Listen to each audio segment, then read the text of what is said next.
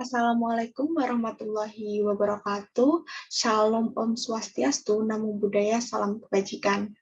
Kembali lagi dengan saya Julia di channel YouTube saya kali ini. Dan di video kali ini saya akan menjelaskan tentang ide bisnis yang sudah saya buat dan juga mengenai analisis SWOT dan juga model bisnis atau BMC dari ide bisnis yang sudah saya buat. Mungkin langsung saja saya akan menjelaskan ide bisnis yang sudah saya buat.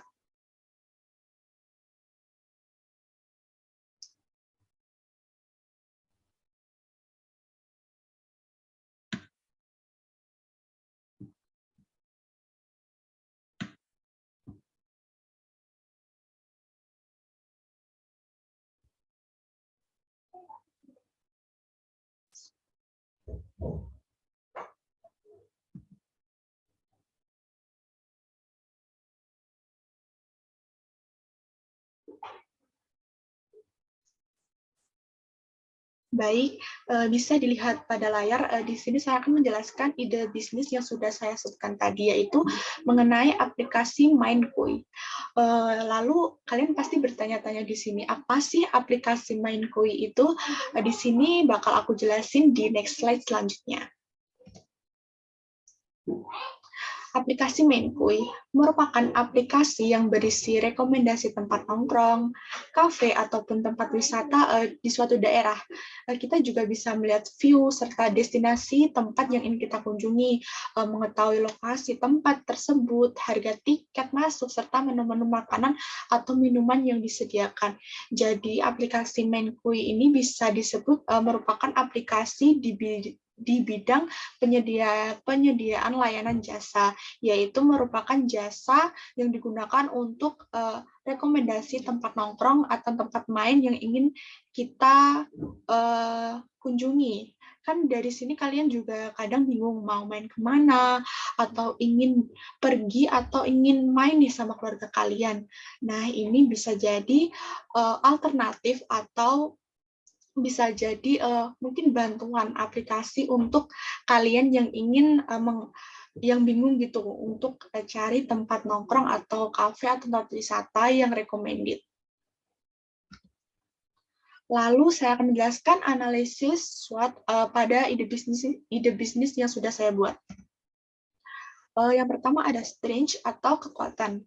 Mindkoi sendiri merupakan aplikasi yang akan banyak digunakan nantinya, di mana aplikasinya sendiri mempunyai peluang yang besar nantinya untuk digunakan di masa depan. Lalu yang kedua, kan kadang masyarakat masih bingung untuk memilih tempat nongkrong atau berlibur, sehingga perlu adanya aplikasi untuk mengatasi hal tersebut. Dan aplikasi Mindkoi sendiri bisa menjadi alternatif untuk hal tersebut. Lalu yang ketiga ada, selain sebagai platform daftar tempat, bisa juga untuk melihat daftar serta harga menu. Jadi pada aplikasi Mindkoi sendiri itu bukan hanya platform atau aplikasi yang berisikan daftar tempat rekomendasi, kita juga bisa dapat melihat harga menu, HTM, serta ulasan pengunjung, bahkan juga lokasi dari tempat tersebut. Lalu yang keempat, aplikasi tidak mengeluarkan biaya ataupun harus berlangganan. Maksudnya sendiri, untuk aplikasi ini sendiri itu tidak dipungut biaya, dan juga kita tidak harus berlangganan untuk mengoperasikan aplikasi tersebut. Kita hanya perlu mendownload saja, lalu tinggal menikmati fitur-fitur yang ada. Lalu selanjutnya membantu pengusaha kecil atau yang baru merintis usaha untuk dapat dipromosikan aplikasinya dalam aplikasi Mindkoi sendiri. Lalu ada weakness atau kelemahan dari aplikasi Mindkoi sendiri, yaitu aplikasi mungkin akan sering terjadi error karena masih termasuk aplikasi baru ya, dan juga dalam proses pengembangan sistem. Lalu adanya syarat bagi kafe atau tempat wisata jika ingin bergabung dalam aplikasi Mindkoi sendiri. Maksudnya sendiri, kita mempunyai syarat-syarat tertentu bagi kafe atau tempat wisata yang ingin bergabung atau ingin mempromosikan tempatnya ke dalam aplikasi kita sendiri. Lalu yang ketiga, adanya kemungkinan view atau daftar menu serta HTM dapat berubah setiap saat. Maksudnya sendiri adalah mungkin ada update atau pembaruan dari tempat wisata atau tempat nongkrong pada aplikasi Menku sendiri, dan mungkin belum diubah dari si pemiliknya sendiri, sehingga kadang pada aplikasinya sendiri itu sedikit berbeda dengan yang ada. Lalu yang keempat, adanya iklan yang akan sedikit mengganggu.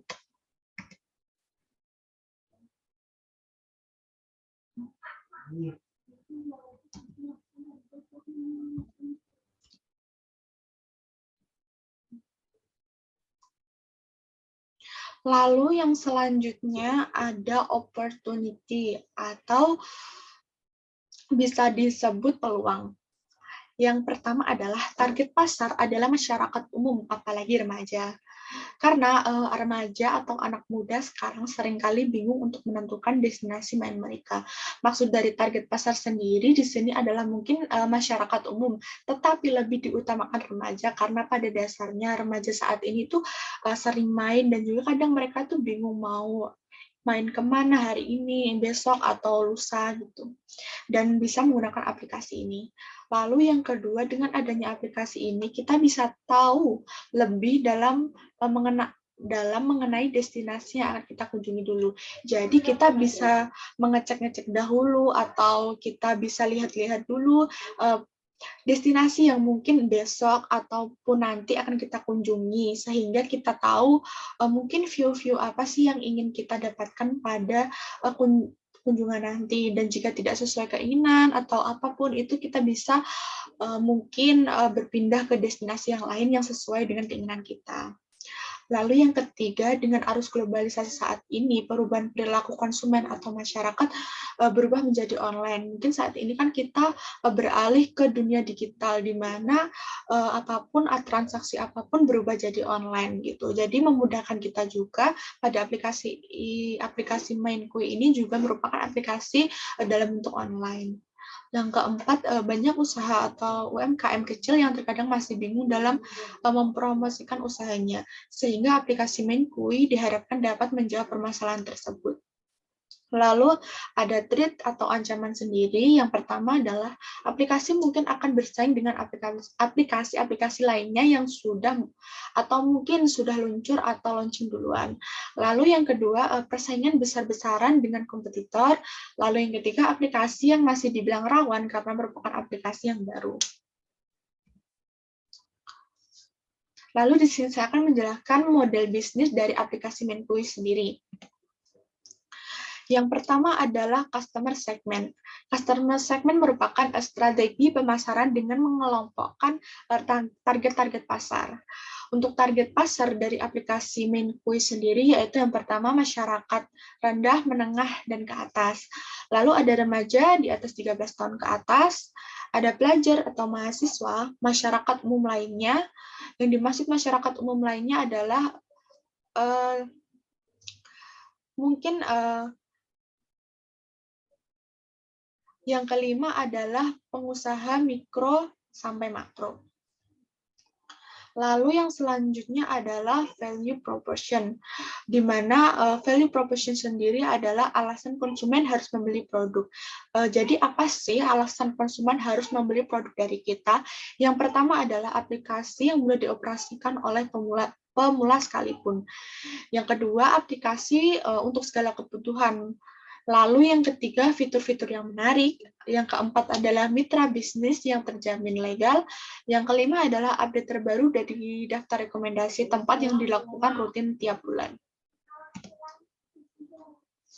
Lalu yang selanjutnya adalah channels atau sarana interaksi antara pelanggan dengan bisnis. Jadi apa sih sarana yang bisa digunakan antara pelanggan dengan bisnisnya sendiri? Yang pertama adalah tentunya aplikasi Menkui sendiri.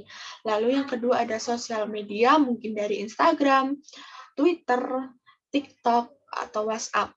Lalu yang ketiga ada iklan. Yang keempat adalah ulasan dari beberapa pengunjung. Yang kelima adalah mitra, baik dari pemilik usaha atau tempat wisata. Lalu yang keenam adalah pemerintah pusat dan daerah, termasuk dinas pariwisata.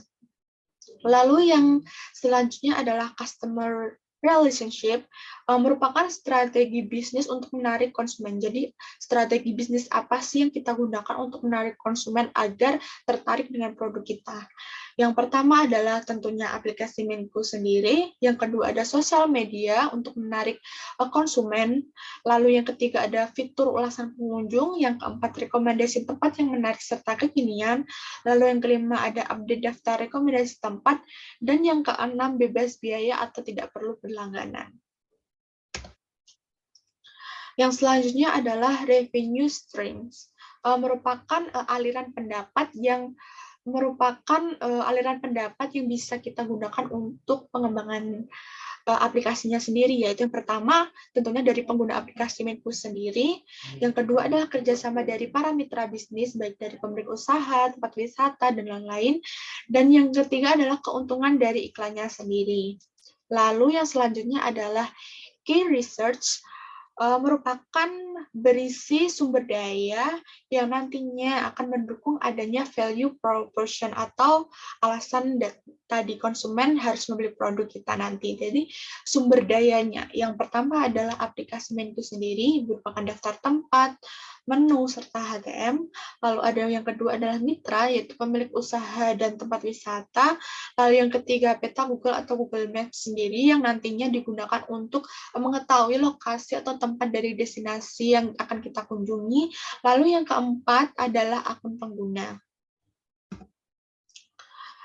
Lalu yang selanjutnya adalah key activities, merupakan aktivitas yang menghasilkan produk atau jasa. Jadi aktivitas di sini sendiri adalah menghasilkan produk atau jasa untuk aplikasi Menku sendiri. Yang pertama adalah layanan rekomendasi tempat main. Lalu yang kedua adalah layanan cek daftar menu dan HTM tempat.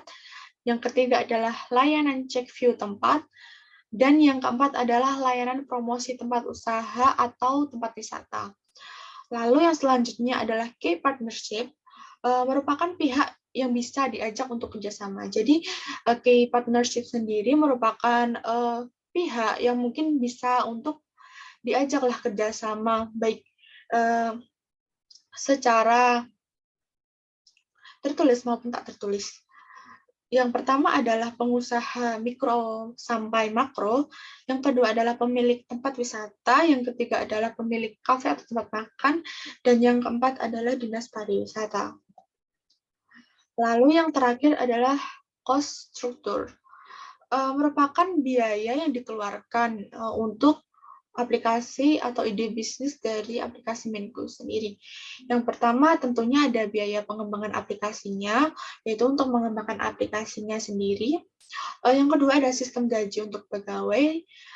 Yang ketiga adalah biaya jika terjadi kerusakan sistem pada aplikasi. Baik, mungkin selesai dari pemaparan ide bisnis yang saya paparkan tadi. Mungkin ditunggu untuk video-video selanjutnya. Sekian dari saya. Wassalamualaikum warahmatullahi wabarakatuh. See you next video.